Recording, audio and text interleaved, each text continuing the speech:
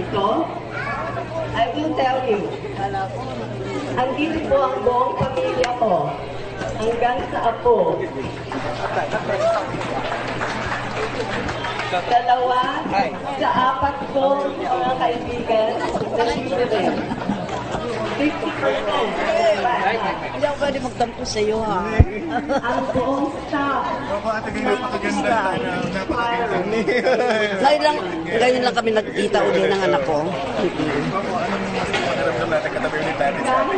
Sobrang saya, and then at the same time, nahihiya. Ako na-miss ko siya. Oo, para bang yung totoong anak na talagang nawala sa akin ng ilang taon. At ngayon nagkita kami uli. Iyon ang pakiramdam na isang masayang ina na nakita yung kanyang anak. Maraming salamat. Maraming salamat, anak. Picture kayo ni Ate Guy ko.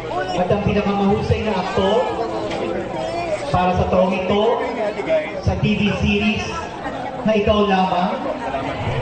Ikaw Lamang, Samuel. Ang kanyang karakter